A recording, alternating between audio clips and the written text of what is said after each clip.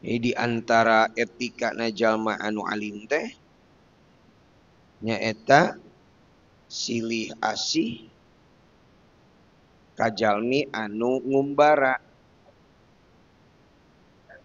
bari ngabungahkeun ligori bin hadoro ingdah waya besutu ngabungahkeun naon tujuanana supaya ngarasa tenang ngarasa jembar hatena lantaran jalmi anu ngumbara teh dahsyatun aya rasa kakaget rasa kabingung rasa karuas maka penting kumaha mika asih mika nyaah kapada manusia wala yuksiru jeung ulah ngalobakeun itu alim an-nadra kana ningali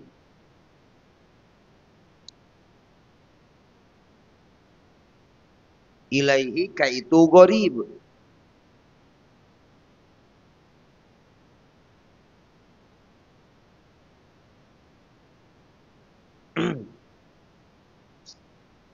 fa inna dzalika maka sayaktosna itu iksar yuh jilu eta ngahinakeun atawa ngengera lah eta ngengera itu zalik huka itu gharib lah nyeueurkeun ningali karena eta teh ngengera ngabingungkeun oge atawa bisi disangka ngahinakeun bisi disangka ngengera ka gharib wa idza aqbala jeung di mana-mana madep saha ba'dul fudola sapalihna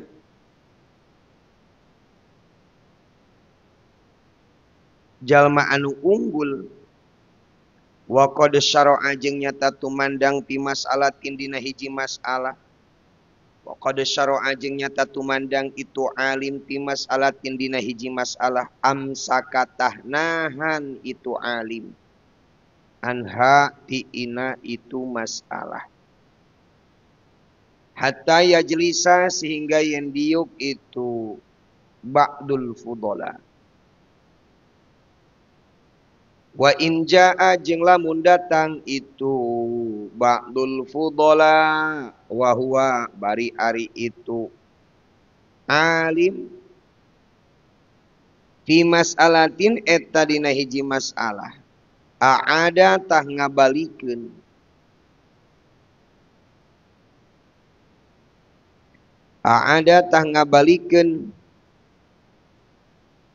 itu alim hakana itu masalah lahu pikeun itu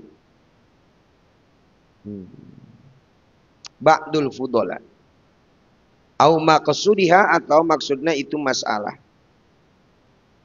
wa idza aqbala jeung di mana-mana madhab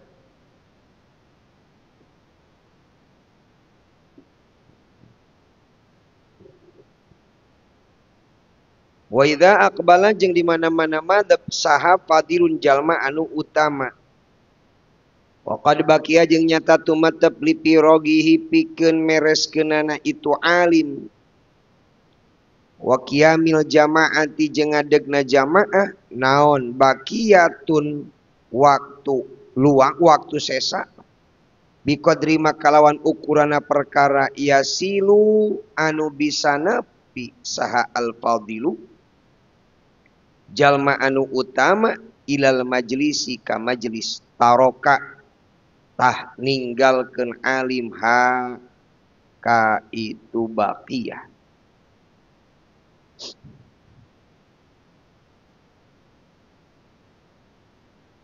li alla jila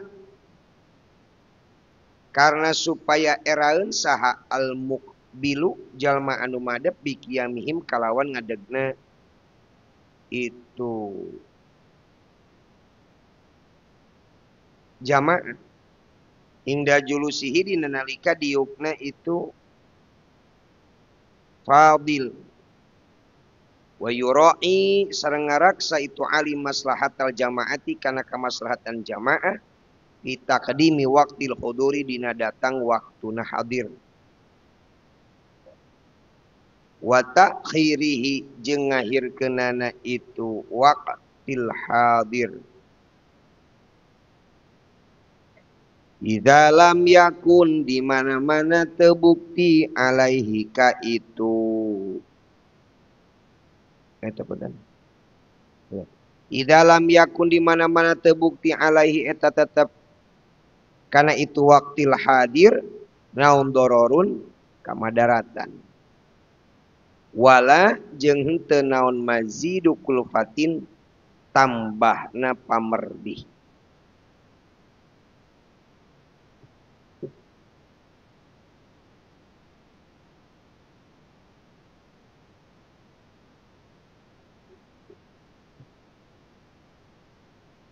Wa yaqulu sareng nyarios alim ba'da khatmi kulli darsin dina sabada nungtungana pelajaran kana lapad wallahu a'lam. Mata rata-ratanya lamun rengse ngaos gini urang namanya rengse ngaos pasti we wallahu a'lam bissawab. Eta teh memang dianjurkeun ba'da khatmi kulli darsin dina sabada nungtungan pelajaran teh kana lapad wallahu a'lam beres. Eta di antara kata-kata yang paling dirindukan oleh santri mah lapad wallahu a'lam. Ciri geus erek ngesan ngaji. Jadi sok paling dipikarsa ku santri nyalamunkeun ngaji ke tengah-tengah wallahu a'lam. Alhamdulillah. Langsung carangkatna teh beda. Masalah darongkot teh langsung carangkatna teh beda. Wallahu a'lam. Lapad wallahu a'lam. Ba'da madina sabadana perkara yaqulu anu nyarios itu alim qabla dzalika dina samemeh itu lapad wallahu a'lam. Kalaman kana bahasan yus'iru anu merenya ho itu alim bi khatmi darsi kalawan nungtungan pelajaran kakaulihi seperti cariosana alim hadza ari ieu darsi atau ari ieu darsu punten akhiruhu eta akhirna ieu darsu wa majeng perkara wa majeng ari perkara badau sabadana itu akhir yakti eta bakal datang itu mah insya Allah taala wa nahwi dzalika jeung saumpamana itu wallahu lapad wallahu a'lam.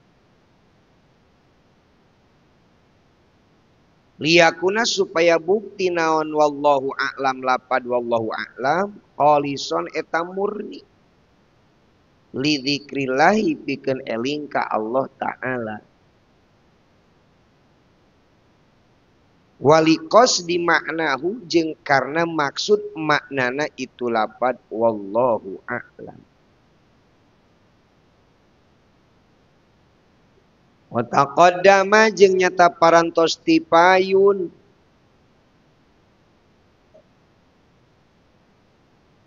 Gusti heula naon annahu sayaktosna alim yastaftihu eta ngamimitian alim kula darsin kana saban-saban pelajaran bismillahirrahmanirrahim kalawan lapad bismillahirrahmanirrahim. Nungtungan nama tadi teh wallahu a'lam nya kadang kurang ditambahan bisawab lamun ngawitanana bismillahirrahmanirrahim itu. Bahkan dina satu acara dibahas di mana rek ngawitan teh doakeun pengarang kitabna muji heula ka Allah tuluy maca sholawat. Mun dianjurkeun teh kitu setiap bade ngaos teh. Dianjurkeun kitu. Nalika ngawitan ngaosna memulai teh bismillahirrahmanirrahim mangelapat bismillahirrahmanirrahim liyakuna supaya buktos naon dzikrullahi eling ka Allah taala fi bidayatid darsi dina ngamimitianana pelajaran wa khatimatihi jeung nungtunganana itu darsi. Nah, jadi kunaon atuh make dikawitan ku lapad Bismillahirrahmanirrahim. Terus tadi ditungtungan ku Allahu a'lam bisawab. Eta teh sebagai wujud bahwa memulai kebaikan dan mengakhiri kebaikan, selama melakukan kebaikan aya dina rasa emut eling ka Allah Subhanahu wa taala. Urang ngaji ya bismillahirrahmanirrahim eling. Matak sahenteuna urang mah jadi ahli pangajian teh jadi jalma anu peluang elinga loba. Peluang elinga loba santri isuk ngaji pas lohorna ngaji misalnya asarna ngaji peutingna ngaji terus berputar setiap hari. Peluang eling orang ke Allah teh banyak ya, potensina loba. Wayam kusu jeung cicing itu alim kolilan barina sakedeung. Ba'da qiyamil hadirina dina sabada nangtungna jalma nu hadir kabeh. 5 karena perkara pihin wa tetep dina itu emak minal fawaidi di tina pirang-pirang faidah wal adabi jeung pirang-pirang adab lahu pikeun itu alim minha eta tetep tina itu fawaid adamu muzahamatihim ari henteu pasasedekna itu hadirin. Wa min hajeng eta tetep tina sapalihna itu faidah fawaid in kana lamun bukti binafsi ahadin eta aya dina diri na hiji jalma naon bakoya sualin pirang-pirang sesana pertanyaan saala anu naros itu ahad huka alim wa min hajang eta tetep dina sapalina fawaid ada murukubihi ari teu ayana tutumpakan kendaraan alim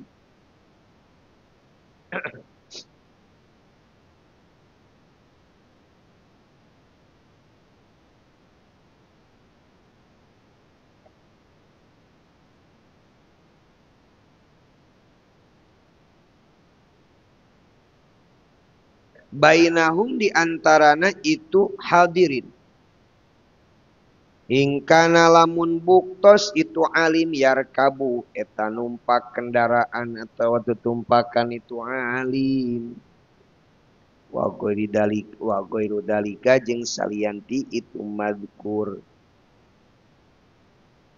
wa idza arada jeung di mana-mana ngamaksud itu alim ayyakuma kana yen nangtung itu alim da'a tah ngadua itu alim bima kana perkara maksudna kana doa mah di dieu teh waroda nu parantos kawarid itu mah fil hadis dina hadis parantos sumping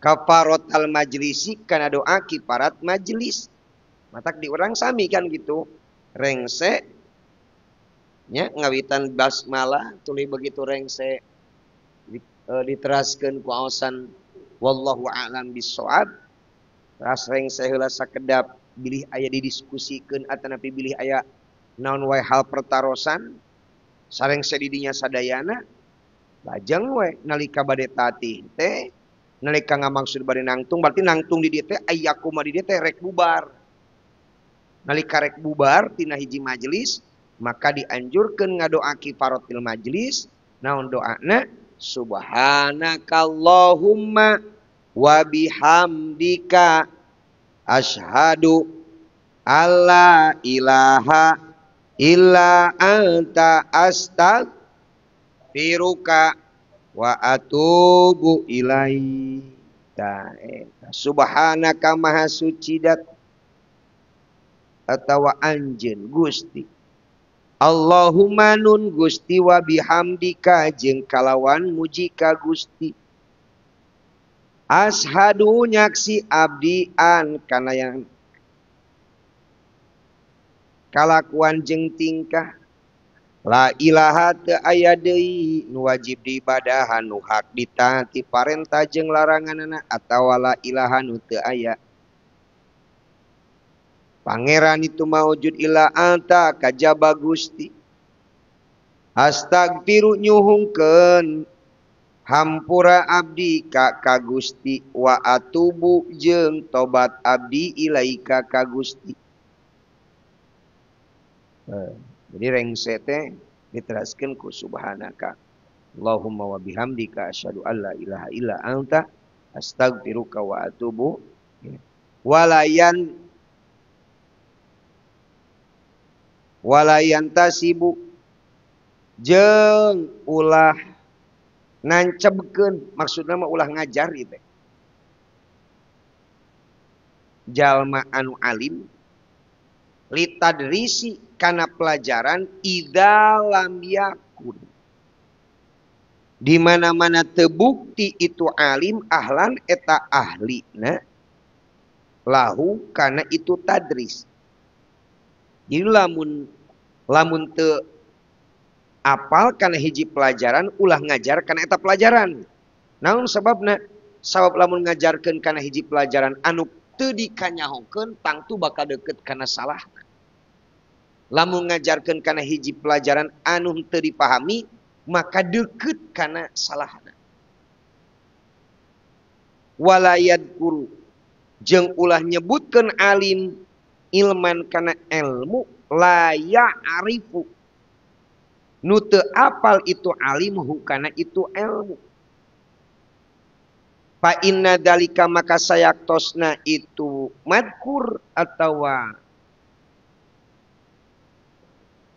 yadkuru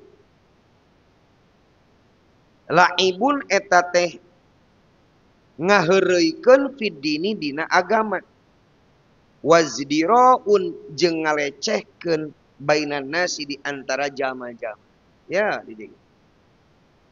Lamun teu apal kana hiji pelajaran tapi orang dituntut untuk menyampaikan lebih baik menjawab tidak bisa atau ulah ngarasa gengsi peda teu mampu, peda teu bisa daripada berpura-pura bisa menyampaikan karena ingin atau hayang disebut sebagai jalma anu berilmu. Lamun urang teu mampu, lamun urang teu bisa, nya mending kene aduh hapunten abi moal teu tiasa ye ngaulang ieu mah. Ngawuruk ieu mah teu tiasa. Lamun bisa sebutkeun insyaallah abi tiasa. Insyaallah palinten sakemampuan abdi itu. Ya. Tapi lamun teu bisa ulah maksakeun diri lantaran deukeut kana salahna, deukeut kana salah memahami. Nah, bahkan di dieu disebut lagi laibun fiddin. Jadi jalma anu pura-pura ngarti kana ilmu padahal teu bisa eta teh akur jeung ngaheureukeun agama. Dina pada hati nya tungtuna kan salah perspektifna teh. Siga nyaritakeun yadullah fauqa aidihim. Dicaritakeun ku jalma nu teu ngarti kan tungtungna boga anggapan Allah teh boga leungeun gitu. Yadun teh leungeun di hartianana teh harti anu salah. Matak mending kene mun teu mampu teu bisa entos teu biasa. Mun tiasa ayo sasarangan diajar gitu. Ulah nyebutkeun ulah nyampaikeun kana hiji ilmu anu teu apal.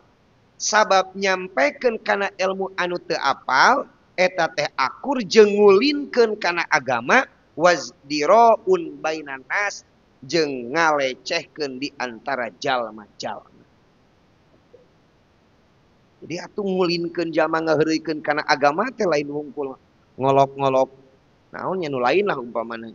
Termasuk berpura-pura sebagai orang alim pun itu adalah mempermainkan agama. Berpura-pura orang mampu menyampaikan ilmu pun itu mempermainkan agama. Jeung bakal ngabingungkeun ka umat eta. Bakal ngabingungkeun ka zaman nu ngadengikeun. Mahnya orang teh cenah cek ieu mah kitu, cek itu mah kieu. Hendak lebih jelas referensi mah. Siga jelas referensi mah, biasa betulna mah nya ngaos barudak ngaji. Ngeunah keneh ngaji mah nya kieu. Ngalogat, maksud ngalogat teh jelas referensina, jelas kitabna gitu, moal ngawur. Moal ka mana mending. Beda lamun ngaji nu tanpa jelas referensi ngecaprak we ka mana tanpa aturan nu jelas nu akhirna bisa wae kan melenceng atau keluar tina aturan anu sakudu. Nah, beruntungnya urang ngaos teh. Urang ieu beruntung ka cida. Qala parantos ngadau Kangjeng Nabi Muhammad sallallahu alaihi wasallam, al mutasabbi'u ari jalma anu api-api wareg. Supaya gini kan keur dalahar hek ngaraliwat nah. Wareg acan, wareg Pak, atuh nuhun, padahal mah encan geus beres. Ngaliwat deui. Nabi teh mah geus dahar. Lapar keneh. Tak mending keneh jujur we. Lapar keneh teh lapar, dibere deui ka pan sangu teh. Itu lapar, geus lapar teh atau lapar keneh teh. Tos Pak cekap, anggar ngulutruk beuteung mah. Ieu ngrebek beuteung. Bima kana perkara lam yu'ta nu teu didahar.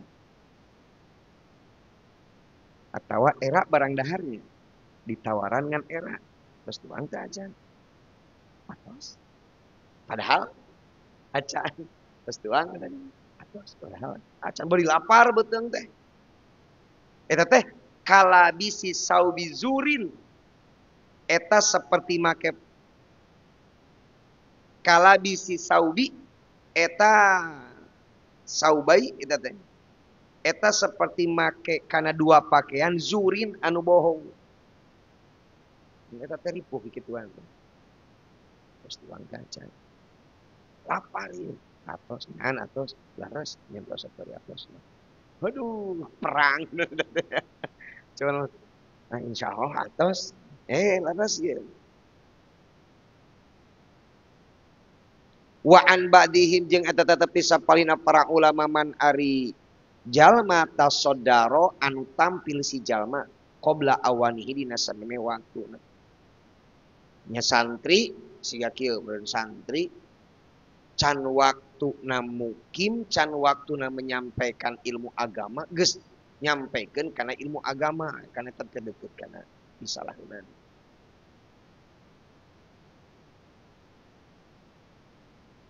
Faqad tasadda nonton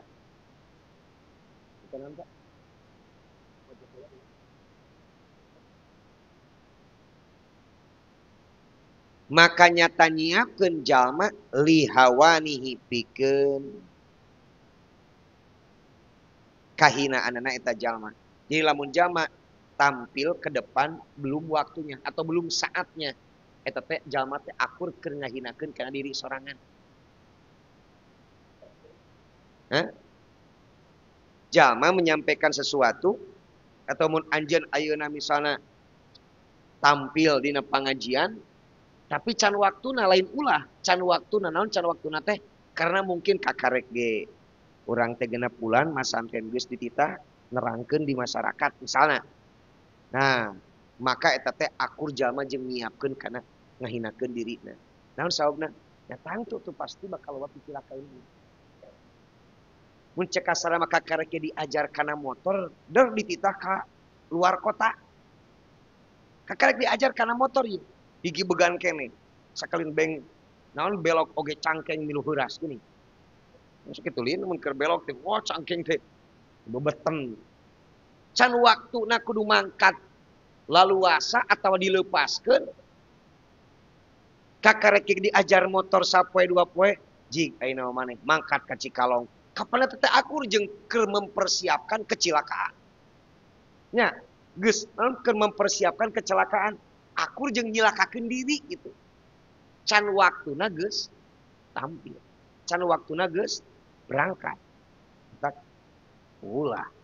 Artina mun urang can mampu, can bisa jawab dengan tegas, can tiasa. Jika saya batu, ya katakanlah batu. Can bisa ulah kieu. Can bisa tapi urang tidak gengsi atuh. Komo ke diajarkan motor tiba-tiba aya awewe. Ah biasa tuh panganturkeun abdi ka Singaparna. Atuh. Ngajawab tuh bisa. Era atuh urang teh. Aing ngajawab bisa kumaha? Biasa neng biasa. Aing biasa angkat ke Singaparna. Beledag ke cilaka. Riweuh sararea. Awewe na nyungsep. Salakina hancur, motor pejet. Geus eueuh arahkeun. Dan sakila-kila teh bisa.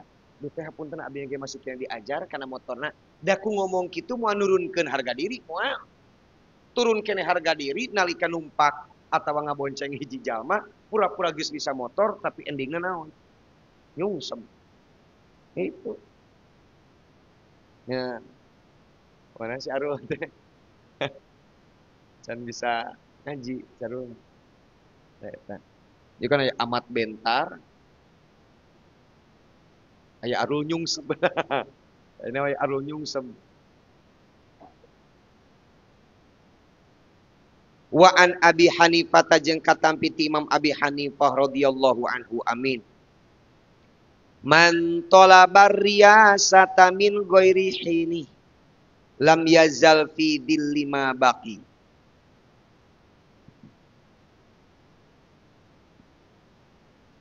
Man sajalma talaba anu nyupri man aryasata kana kapamimpinan min ghairi hinihi bari can waktuna lam yazal tah teu eureun si jalma fi dillima eta aya dina kahinaan bakia fi dillin punten aya eta aya dina kahinaan ma bakia salagi hirup eta jalma can waktuna tapi geus maksakeun karep nya cilaka kalah hina sok we kieu lamun rusuhan geuningannya nyeun ager can waktuna ditamperkeun geus ditamperkeun teu jadi gitu da teh pasti gitu can waktuna diala geus diala nya teu enak teu jelas teu raos. Wa aqallu mafasidi dalika jeung ari pangsa eutikna karuksakan itu madkur annal hadirina eta sayaktosna jalma nu hadir yafqaduna eta teu manggihan itu hadirin al insafa kana kaadilan.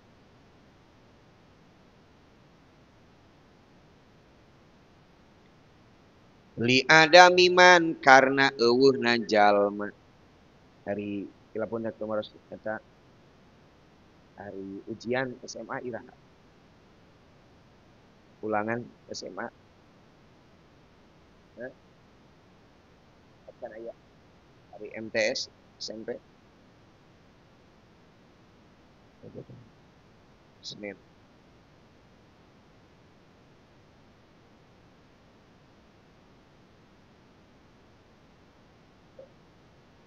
al insafa kana kaadilan li adami man karna eueuhna jalma yarjiuna anu balik itu hadirin ilaihi ka si jalma nidal ikhtilafi dina nalika aya perbedaan li anna roba sodri karna sanyana anu ngabogaan majelis la ya'lamu eta teu apal itu roba sodri nya benar. Al musibah kana nu bener payang suruh tuluy ngabela itu roba sodrihu ka itu musibah. Wal makhto jeung kana anu salah payaje ziru tuluy nyegah itu roba sodrihu ka itu makhto. Wakila jeung dicarioskeun li Abi Hanifah ka Imam Abi Hanifah radhiyallahu anhu amin. Fil masjidi di masjid halaqatun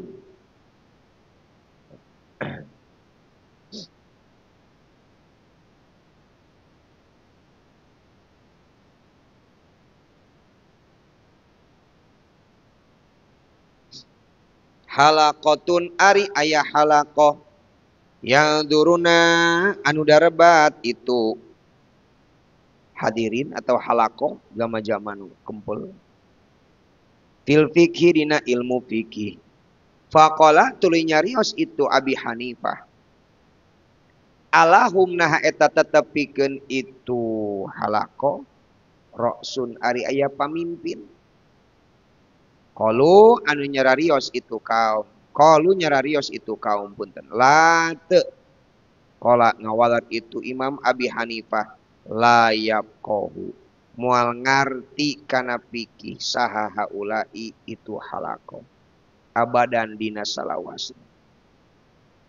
Hari ieu diskusi teh aya pamimpinna eueuh, aya ketuana eueuh, aya koordinatorna eueuh, aya nu tanggung jawabna teu aya. Teu aya nya geus moal selesai nepi ka ilha oge. Artina kudu aya koordinatorna, kudu aya pamimpinna, kudu aya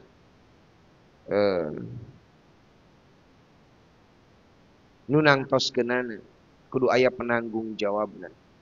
Wali ba'dihim jeung wali ba'dihim punten sareng kana eta tetepikeun sapalihna ulama fi tadrisiman dina ngajarna jalma la yasluhu anu teu pantas man lahu pikeun itu tadris. Tasaddar li tadrisi kullun muhawisin jahulin yusamma bil fakihil mudarrisi. Baca fahakun li ahlil ilmi ayyan tamathalu bibaiti qadimin syaifi kulli majlisi laqad azalat hatta ya eta teh ada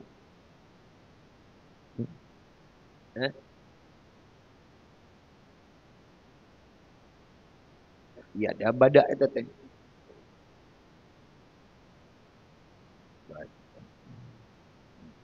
laqad hazalat hatta badamin hazaliha kalaha wa hatta samaha kullu muflisin sareng tasaddar li tadrisi kullu muhawi jahulin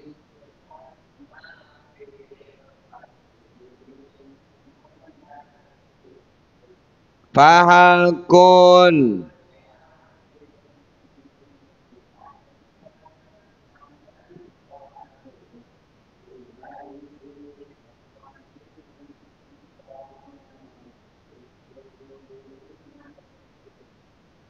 laqad hazalat hatta badamin hazaliha kalaha wa hatta samahakul. Ini syair ini. Itu syairna Al-Imam Abu Hasan Al-Mu'addib Al-Fali. Ya, Al-Imam Abu Hasan Al-Mu'addib. Tasaddaro tampil. Tasaddaro tampil litadrisin pikeun ngajar. Litadrisi pikeun ngajar. Saha kullu muhawisin jalma nu gelo. Jalma nu gelo dititah ngajar. Kan geus nitahna ge gelo eta teh. Geus puguh jalma teh hidang jero dititah naon? Ngajar. Jahulin anu banget bodohna. Yusamma tah dingaranan itu muhawis bil fakihi karena hayang dingaranan gitu, hayang disebut lah. Bil fakihi kana ahli bijaksana al mudarrisi tur anu ngajar hayang disebut ustad. Jadi can waktuna kan tadi disangemkeun geunya ti awal keneh. Can waktuna tampil ieu ngado naon? Tampil can waktuna menyampaikan ilmu secara sistematis. Ya mun dina ngajar, mun dina ngawuru kitab mah, ngawuru kitab lah. Can ge tamat ngajar ngaji kitab tijan. Derges ngawuru kitab tijan. Can ge tamat, can ge tuntas. Derges wani ngawuru kitab tijan. Eta teh oh akur jeung tampilna jalma anu muhawisin, jahulin. Fahakun maka eta hak li ahli ilmi pikeun ahli ilmu ayyatamasalu ari yen gawe perumpamaan itu ahlul ilmi bibaitin kalawan hiji imah qadimin anu heubeul syain anu masyhur itu bait fi kulli majlisin dina setiap majelis.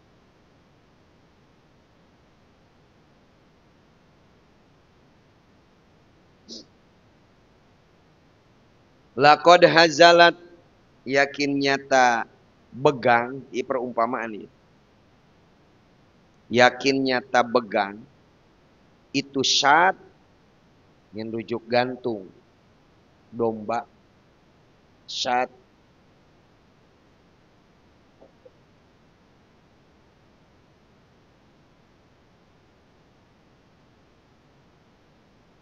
hatta bada eta teh nya. Ieu naon ieu masih teh kahapus atawa teu jelas. Hatta bada sehingga bohir min hazaliha tina begangna itu syad.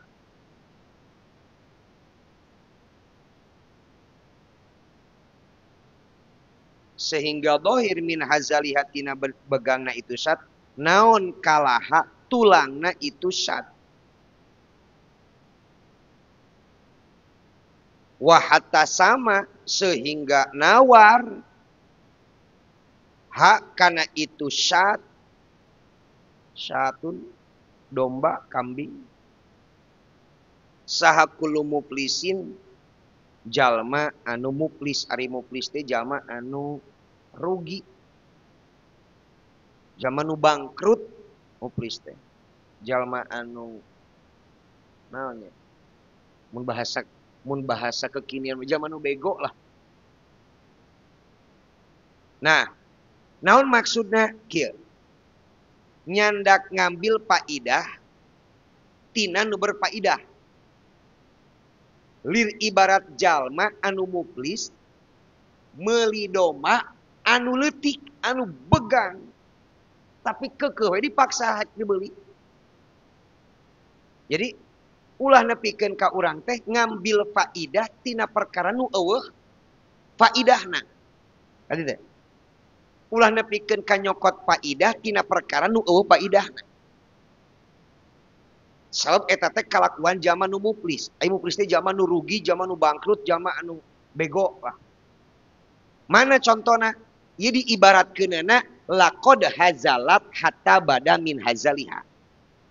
Kalaha wa hatta samaha kullu muflisin.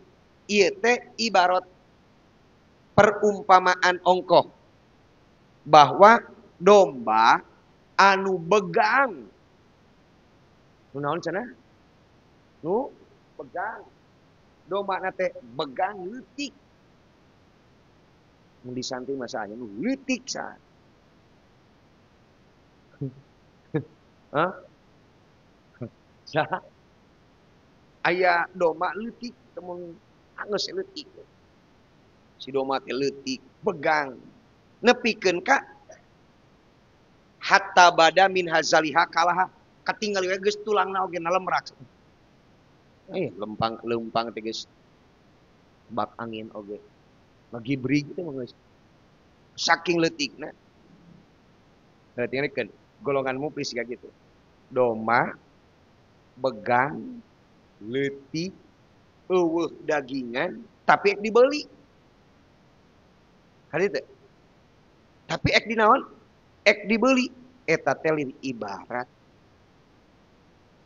nyokotna faidah tina perkara nu eueuh faidah.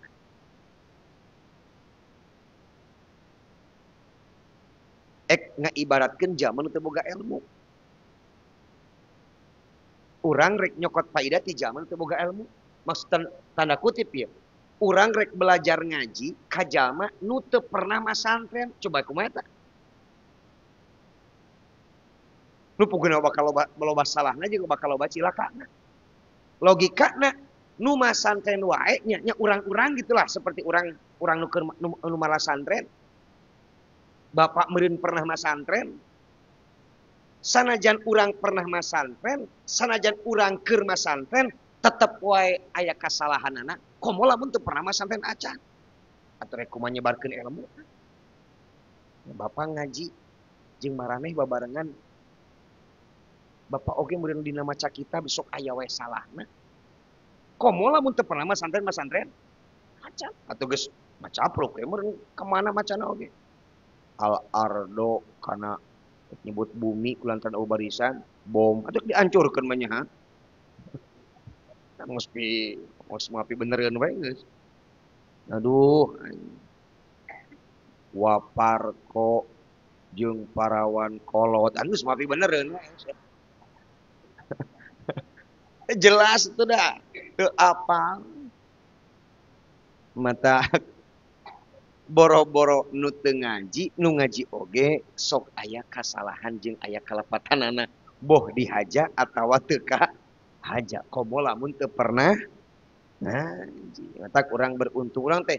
Urang ge nya, urang santri lain jalma anu bener, ngan urang keur ikhtiar hayang jadi jalma anu bener. Urang keur berusaha jadi jalma anu bener. Urang santri lain jalma anu berilmu. Pangna ngaji oge kana rumasa urang teh lain jalma anu berilmu. Kunaon pangna ngaji? Keur berusaha hayang jadi jalma anu boga ilmu. Cenah si eta mah cenah ngaji salila-lila tapi ditanya teu bisa. Kudu ilmu Allah teh teu lain sakitu-kituna. Nah, ilmu Allah teh lain sakitu kitu lah atuh da lega. Contoh lamun kieu mah ayeuna. Aya tukang mesin. Tukang contoh. Tukang motor, bengkel motor. Kan lamun bengkel motor mah geus kabayang kabilator teh kitu jeung segala rupa teh kitu. Jeung urusan ilmu Allah mah kumaha lamun kieu? Tuluy lamun disebut ge walau tuluy teu eureun. Mata ketika ditanya santri kumaha hukumna ieu henteu bisa ngajawab, nya wajar cek Bapak. Artina wajar teh betapa legana, betapa luasna, betapa banyakna ilmu Allah sehingga teu cukup urang teh ngan saukur ngaji teh sakitab, 2 kitab, 3 kitab. Betapa luasna. Mudah-mudahan urang meunang ilmuna Allah Subhanahu wa taala. Amin ya Allah ya rabbal alamin. Wallahu a'lam bissawab. Du'aan jami'an. Allahumma inni a'udzubika min ilmin la yanfa'u wa min qalbin la yakhsha'u wa min nafsin la tasba'u wa min da'watin la yustajabu laha. Rabbin fa'na bima 'allamtana. Alimna alladhi yanfa'una. Rabbi wa faqih